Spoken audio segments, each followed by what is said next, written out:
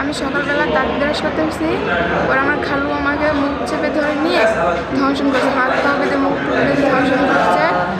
পরে আমি চিৎকার করছি, আমি চিৎকার করতে দেয় নাই, স্কুলের কাছে বলছি, সবাই জানে, কেউ কোনো বিচার করে নাই। পরে দ্বিতীয় দিন যাদের আমার নানি দেখে বলছে, পরে আর কিছু করেন, পরে আমি বিচার চাইছি, কেউ বিচার করে নাই।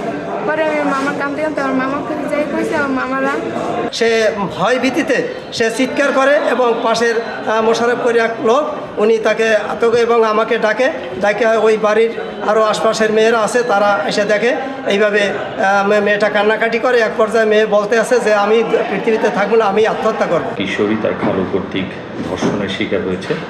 এই সংবাদ পাওয়ার সাথে সাথে আমাদের থানার যে মোবাইল টিমটা আমরা দ্রুত সেই ঘটনাস্থলে পাঠাই এবং ঘটনাস্থলে গিয়ে ভিকটিমের সাথে কথাবার্তা বলে আমরা ঘটনার সত্যতা পাই এবং ভিকটিমকে আমরা পুলিশের হেফাজতে নিই পরবর্তী আইনানুগ ব্যবস্থা গ্রহণের জন্য, এবং তাৎক্ষণিকভাবেই অভিযান পরিচালনা করিয়া যে যার বিরুদ্ধে অভিযোগ সেই অভিযুক্ত আলমগীর মৌলভীকে আমরা গ্রেপ্তার করিয়া আমাদের পুলিশ হেফাজতে নিয়ে আসি।